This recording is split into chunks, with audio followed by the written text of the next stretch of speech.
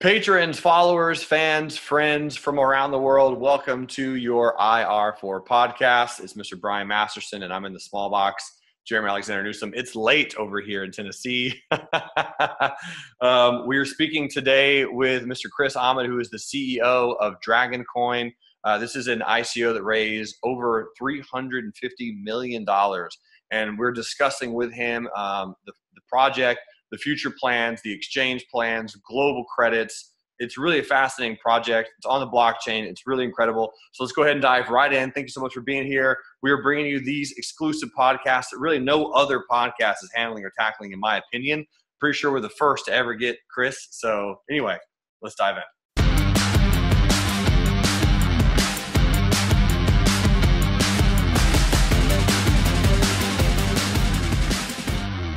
So yeah, Chris, tell us a little bit about yourself. Tell us about your team, your project, how you got started in this this massive undertaking you got going on. I came up with Dragon about the end of the beginning of last year, around February, March, right?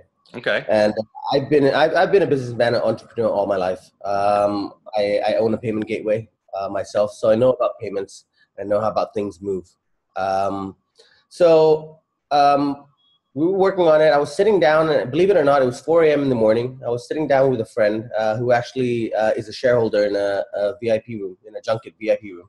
Right. And we were talking about remittance and how casinos or VIP rooms actually move their money. And when I understood it, I was like, there's no real money moving around. It's only an accounting system that's moving around.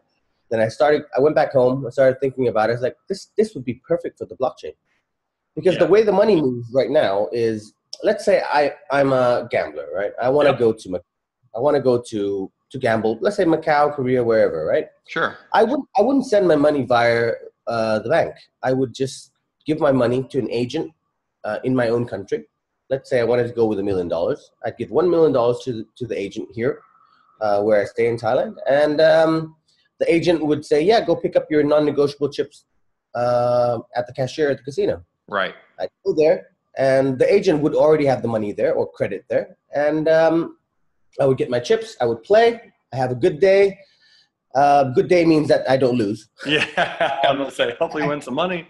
A good day means that I don't lose. And I get negotiable chips. I go back to the cashier with the chips, and I exchange it for cash. Now I'm stuck in another situation where, how do I get that cash from Macau or Korea to Thailand? Because that's where I live. That's where I want my money. Right. I would reverse the process and give it back to another agent. And he would say, yeah, go pick up your money back in your home country. I'd fly back, and I would pick up my money, right? But whose money am I picking up? It's actually mine. It was actually the initial deposit that I left with that agent. And the money never left. The only thing that moved was an accounting system. Interesting. So interesting. The only thing that moved was an accounting system or a ledger, right? Yeah, right. It's perfect for the blockchain. Perfect. So we devised Dragon up around March, April last year, the concept anyway. And we worked from there. And we said, yeah, that's going to be the engine for Dragon. To fuel it even more, we have to take it to a critical mass, meaning that it has to get widely adopted. We have the engine, which has its own ecosystem, and it's a separate business that drives the value of the coin, or it should. And then we wanted to take it to a critical mass where, coming from a payment gateway industry, I know that merchants pay up to 3%, sometimes 5%, with Visa and MasterCard to settle accounts, right? To get people going on Visa and MasterCard. Yep. Do that so much cheaper on the blockchain. Absolutely. Really. I mean, even if you charge them 0.1%, you're still making a shitload of money, right? Yeah. So that is the ultimate goal of Dragon, to move to that and reach its critical mass. But the engine is always there, which is the gaming. We haven't diverged from that vision, but we have expanded to other forms of businesses like mobile payments. As well as having our own ecosystem where we have our own exchange, which is about to go live, hopefully in less than a week. So that's Dragon. And we've worked really hard the past year, even before the ICO started. So we did a pre-sale round, and we've worked really hard, and we have now the business is up and running. The wallet is gone live for Android. We're just waiting for iOS to approve our wallet. And our exchange will be, hopefully, knock on wood, in about a week. So we're on our way. Congrats, man. That's huge.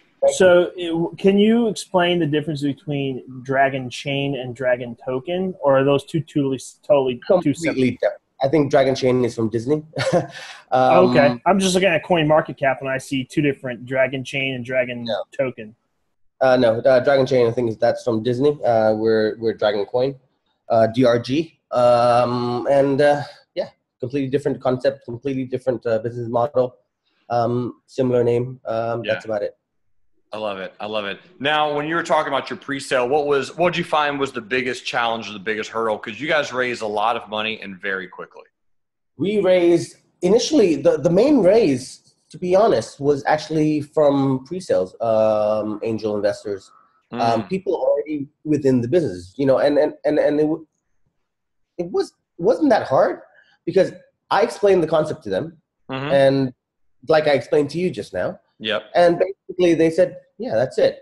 And the money that they gave, and the money that they gave us or pledged to us was money that they already had locked up in.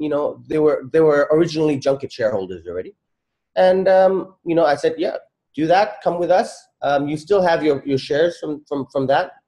You still manage the portfolio. You still manage the business. But now everything goes on to the Dragon ecosystem. And it was relatively easier than people might think for the 265 anyway. Right.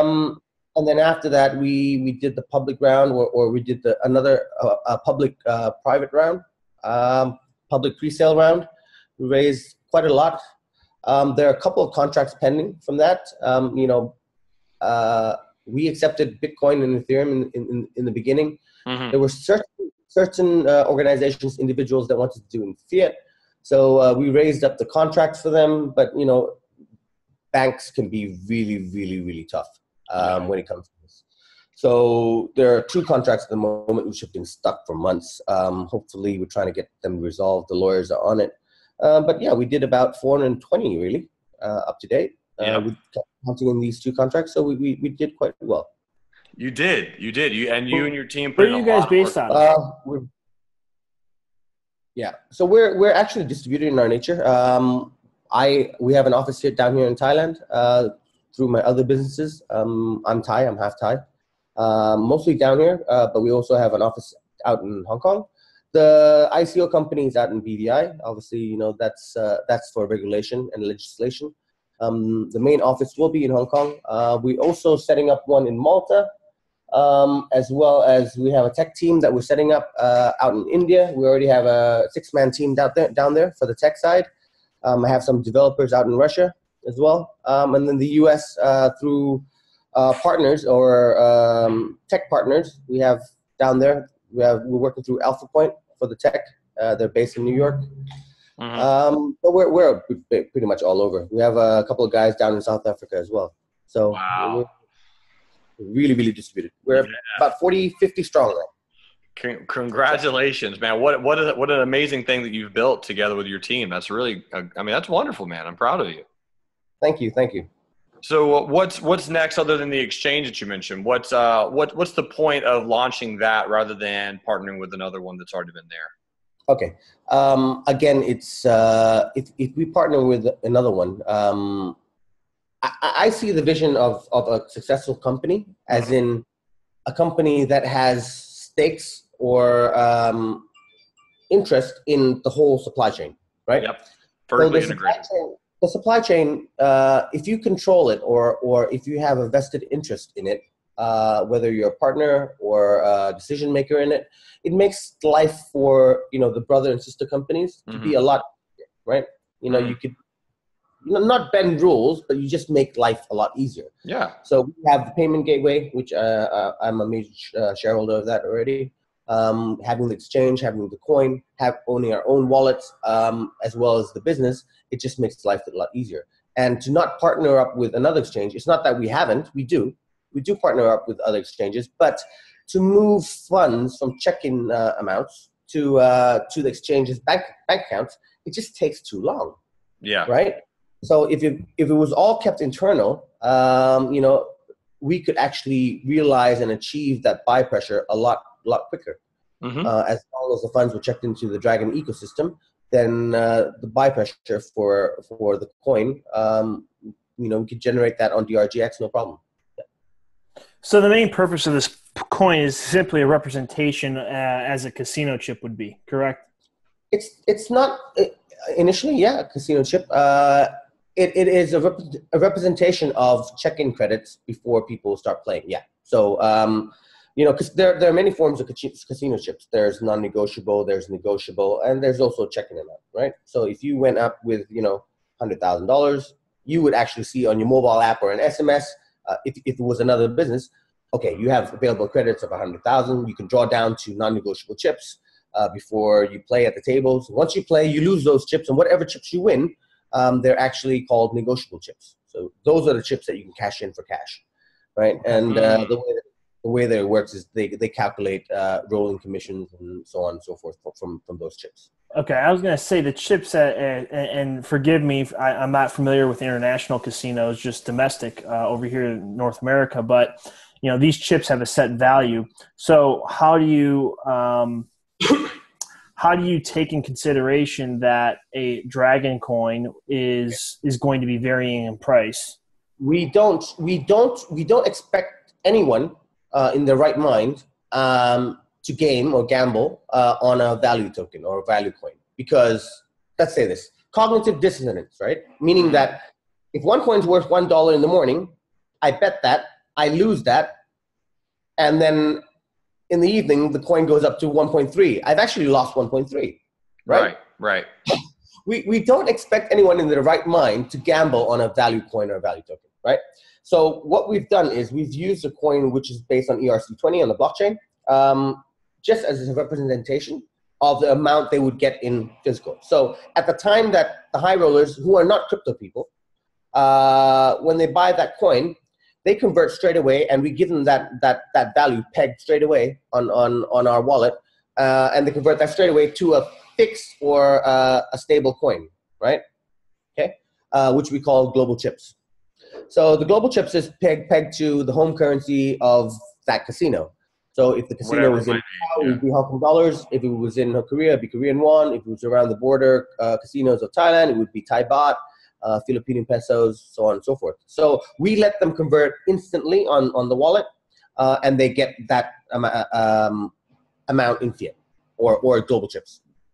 Gotcha. So walk us through kind of like a perfect scenario for your consumer. Kind of give us like that from point A to point Z. Like they want to gamble and they have money to where they actually walk away. How does your product solve the issues that people are going through right now? Right. So instead of going to any agent, trusting him with your money and hoping that when you arrive at the casino, you will get those chips promised to you, right? Right. It is a trusted system. So we made it a trusted system where they could get the chips or get the coins, and the coin has value in the market, right? So it's valued in different exchanges. There's a value on CoinMarketCap, so it has a value attached to it. So they could convert that straight away to global chips, right?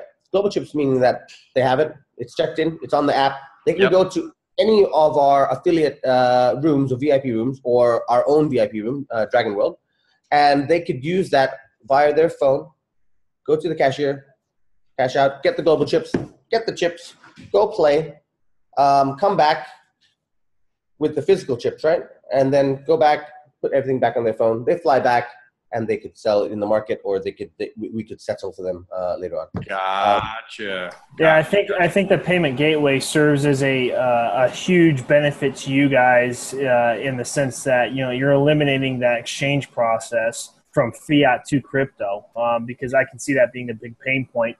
Second question I had is, these affiliate casinos, how are you what are the expansion plans? How many affiliates do you have currently? Are these actual physical rooms in casinos, or are they virtual rooms? I mean, can you go online as well? Explain about the ecosystem. Currently, we haven't started the online business. We are looking into several businesses that we will take over on the online side. There is one that we've partnered up with, and they will accept the coin, Dragon Coin. But the rest are all fixed VIP rooms. We started with the intention to go with Macau initially. Okay. But I know you're going to get to this, and being its close proximity to China, and because a lot of people still don't understand that we don't expect the casinos to accept crypto. It's not crypto. The money is pledged as fiat currency by Dragon, and that's the money that we raised in the ICO. So most of the money we raised in the ICO are put as deposits. Deposits, exactly. Yep. In the casino, fiat deposits, and in return, it's like us pre-buying chips, right? Yep, exactly. And we just assign those chips according to, we act as a middleman, and we assign those chips and we trade those chips out with people who have Dragon Coins. Yep. So it's our fiat deposits that we put in there. The casino gives us X amount of chips, and we just trade that with Dragon Coin, and the Dragon acts as a facilitator for that to happen. Gotcha. So you mentioned Macau. What other casinos and are you, or do you have any plans to come to the U.S. and how long might that take? We're focusing on Asia at the moment. We are in talks with some European casinos as well as North American casinos. We have been talks with them for about a month. Nothing has been finalized in North America yet. We're just putting pen to paper in some of the European casinos as well as Asian casinos. So right now it's Korea. The next plan we already have signed. We haven't announced it. Some casinos down in the Indochina region. Then the next step would be naturally to progress and enter Macau.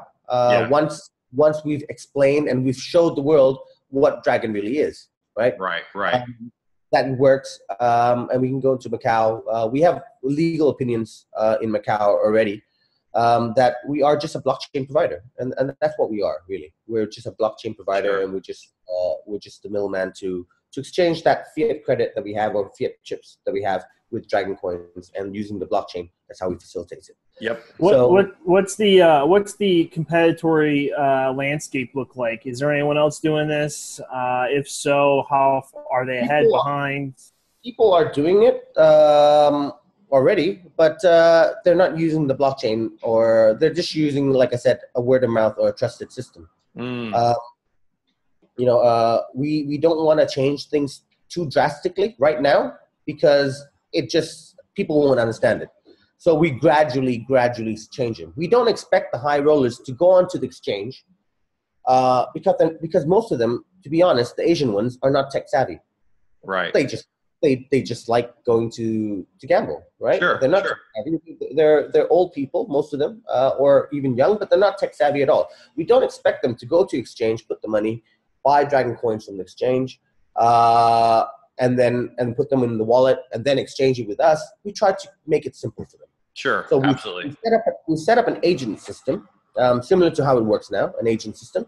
And we try to create a win-win situation for everyone. We don't want to say, okay, you were an agent before, you were making X, Y, you were making X amount of commissions from this business, we're going to cut you out. No, we want to create a win-win-win situation for everyone. So we've adopted an agent system where the agents, instead of getting their normal commissions, there's other ways for them to make that amount back via the Dragon ecosystem, so that everyone adopts it at a faster pace. And what ways are those? What ways could they make money? Well, they pre-buy a chunk, or they can buy from the exchange at an X amount. Yep. Which they would have as inventory. Right. They sell those coins via their wallet to the high rollers. They would get cash.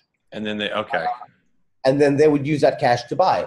But once the ecosystem starts running, and the buy pressure comes, as you know, with crypto or even with stocks, the more buy pressure you have, volumes you have, that raises the price. That's right. To raise the price of crypto by 1%, 2%, 3% daily, it's not a hard thing, because we move, or arbitrage is at about 10% anyway.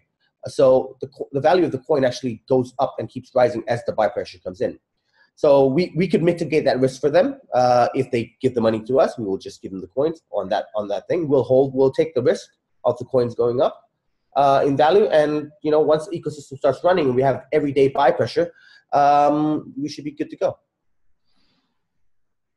Got it. Interesting. Very interesting. A personal question, Chris. What's your favorite game to play in a casino? I'm just a casual gambler. Baccarat is pretty fun, although you can't really change the cards. The cards are predestined, they're preset. It's just like you playing rocks, paper, scissors, and stones, right? You have more of a chance of winning on that than Baccarat, but that's a game that everyone plays, and that's the game where most Asians actually put a lot of serious money in. I like my poker. Yeah. Here's my poker. So I do like poker, but I'm not really an avid gambler myself.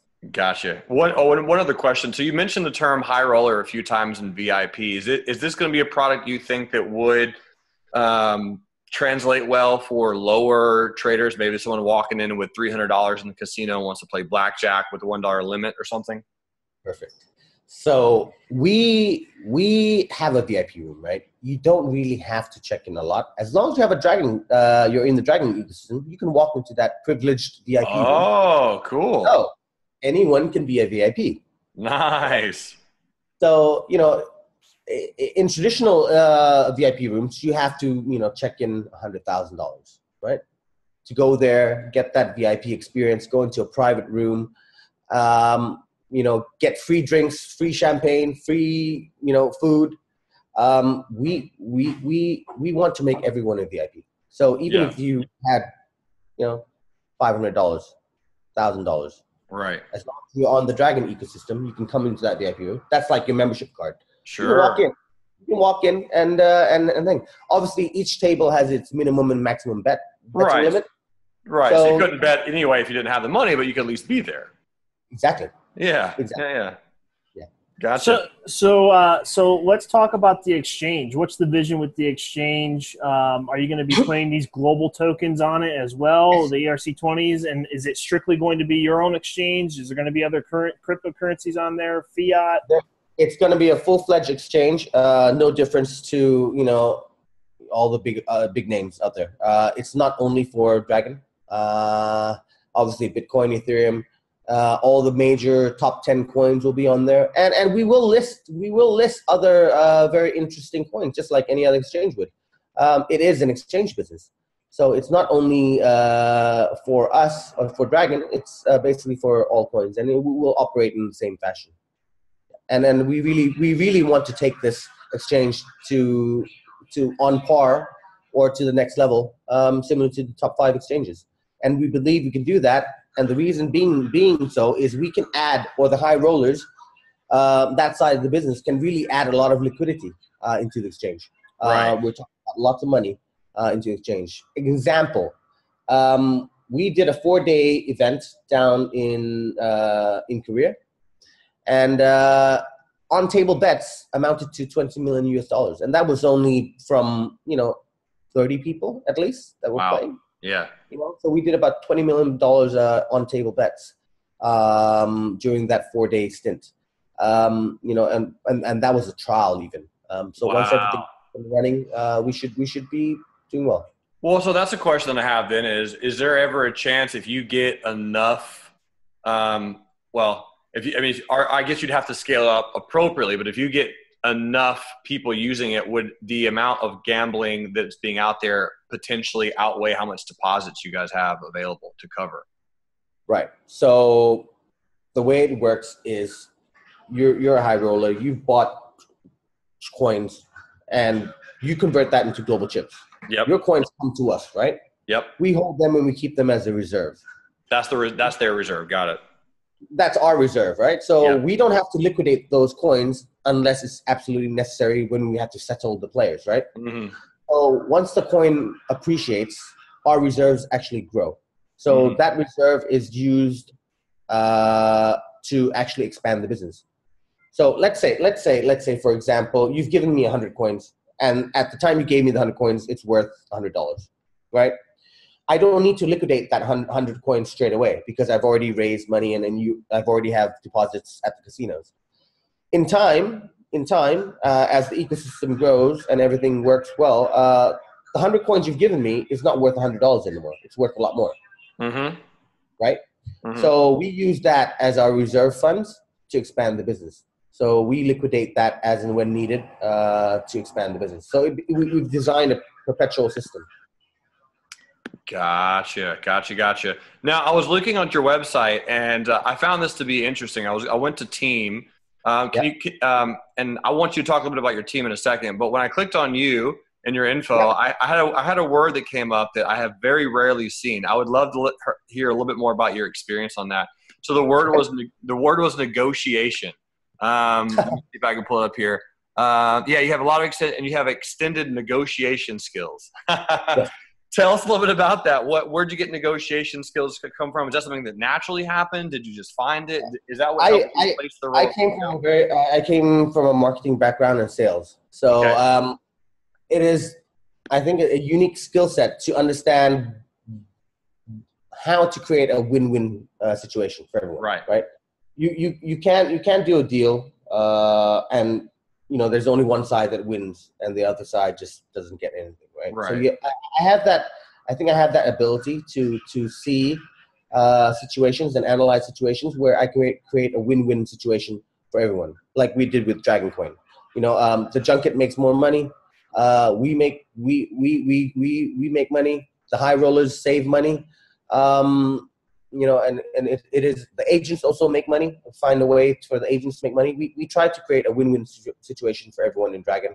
And I think that's where my skill set is. So, I have that, I would say, vision or skill set.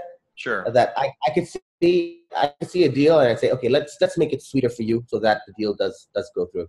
And I think that is the negotiation part of my ability. Hugely important in all aspects of business. But I want to go back to what we were talking about with the appreciation of the coin. Let's flip the proverbial coin, so to speak. What happens if that coin depreciates? The risk is on Dragon, because Dragon has taken those coins and exchanged it for global chips, right? And you guys don't have any concerns? We've raised money via the ICO. The money is there. The deposit is there up to $300-something million in the casinos. That will give Dragon enough drive to go there. There is also the profitability of the business. So I'm not really concerned. Worst case, we're down to whatever we raised in the ICO, and that's kept as deposits, right? Right. Have you ever heard of the house losing? House always wins, baby. House always wins, baby. So, that's the answer there. Yeah. Okay. Yeah, I got you. I just wanted to ask the question, see what the answer was. Confidence is important. I understand. Yeah, it's very, very, very true. I mean, no. Worst case, we've raised a lot of money. A testament to the hard work that myself and the team have put in. I mean, we work 20-hour days, right? Yeah. Most of us. So worst case, we've raised that money, and that's the fixed amount that we'll have. Best case is we've created a perpetual system where we keep expanding the business. Yeah. And like I said, the ultimate vision isn't only for gaming. It's we're creating an entertainment coin or token, which will have a real world use case. So instead of just going there for gambling, we can use the coin to do other things: buy tickets, buy concert tickets, buy airplane tickets, whatever. You use it in the real world. That's the thing that's missing with crypto or digital currencies. They don't have a real world use case. A lot of them. Yeah. No, I definitely see the growth of that ecosystem, especially, I immediately think to Vegas, right? And all the things that go on in Vegas, it's just like you could use this anywhere you want.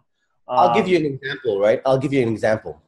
The mentality of a high roller is he can put, obscene amounts on the table, right? And he wouldn't think twice. Let's say he puts, each hand $50,000, $50,000, $50,000 each hand. And these, it takes about 10 seconds, right? For him to realize, whether it's won or lost at the table. 10 seconds only. Makes 15 seconds maximum, right? And it's putting down 50,000, 50,000, 50,000, does it 100 times over. The mentality of that person would be, once he steps out on the table, everything in this world is so cheap. He'd go out and he would go shopping like crazy. He'd buy a $300,000 watch without even blinking. The reason being because he'd sat at that table for 10 hours, 20 hours, and he's been betting that amount. And he's paying even commissions once he's betting on banker 5% of his winnings. So he's bet 50,000. He's paying $2,500 just on commissions if he bets on banker. Right. Everything in this world is cheap. They go shopping like crazy. I'm telling you, man. And once they're on our wallet, I can go to, and we have that ecosystem. I can go to all the shops, Louis Vuitton, Prada, blah blah blah, etc., and say, here, I have an ecosystem with ready customers for you.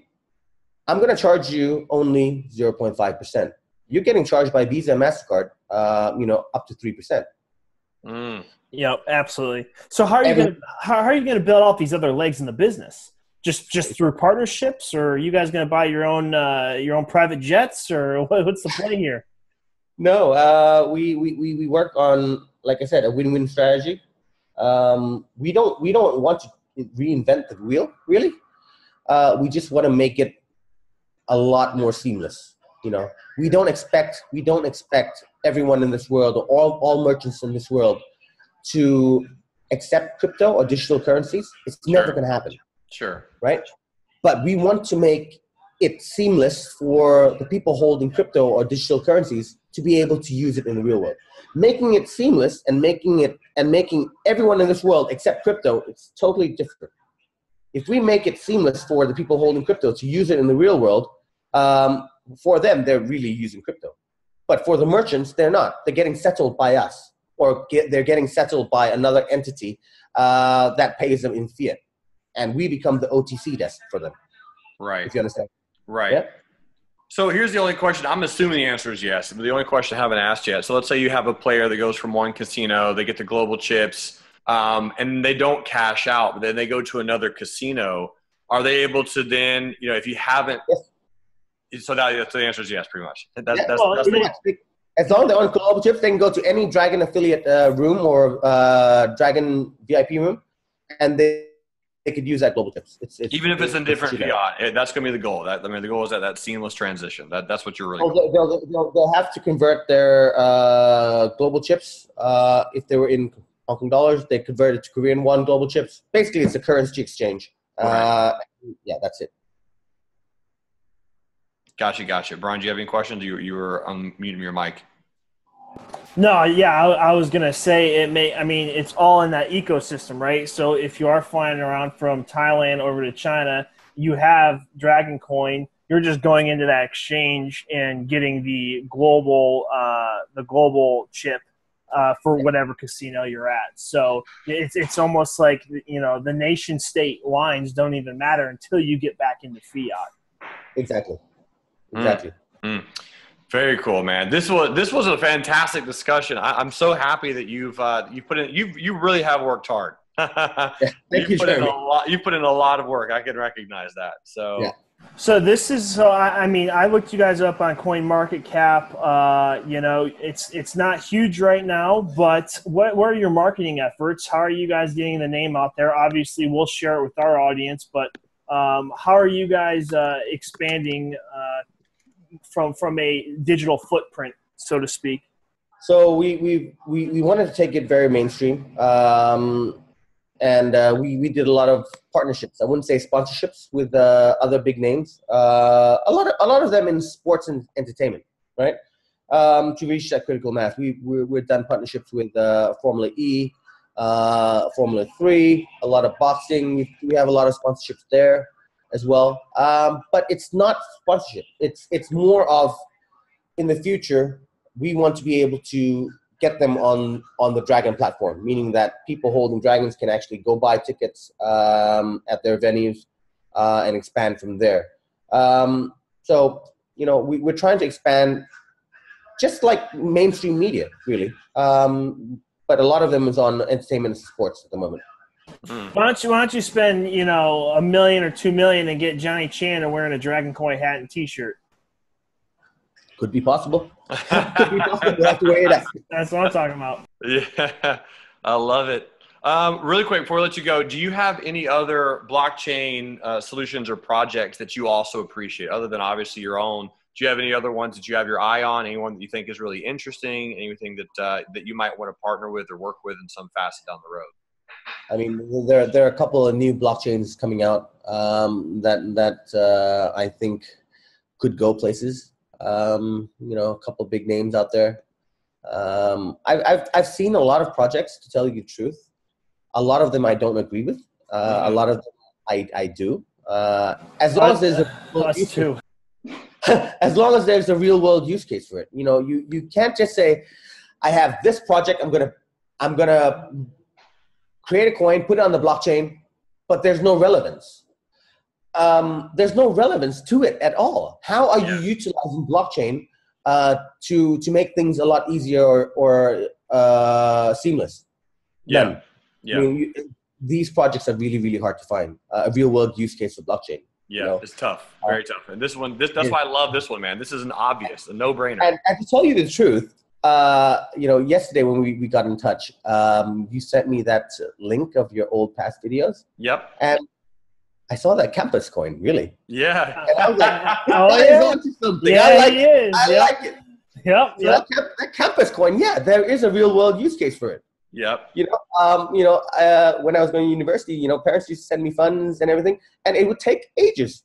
So with this campus coin, hey, he's onto something. Yeah. So I like that. I'm a big fan. I'm a big fan. You are too, Chris. You know, I think that what you guys are doing is great. You know, you are solving solutions. So I mean, thank you. We've had plenty of conversations with other blockchain developers and other CEOs, and it's just kind of like exactly what you said. You say decentralization and you create a coin and you think, you know, you're going to be a millionaire one day, but that's not the case. So kudos for you really pioneering the space. It is a lot of hard work, guys. It is a lot of hard work. And, yes. and it is a real business, right? Yes. So, you know, doing an ICO, you know, it doesn't matter how much you've raised. The business does take time to develop and grow. You know, I think Dragon has done it quite fast, in a sense. Maybe not fast enough in the tech department, but you know, technology, you have to only release a product that is ready, especially when you're dealing with money, right? So we you know, I tried to rush it, you know, and me and Paul, my partner, we work at this level, right? And we were like, bam, bam, bam, 20 hours a day we work, and we're riding our guys, and we're really pushing our guys.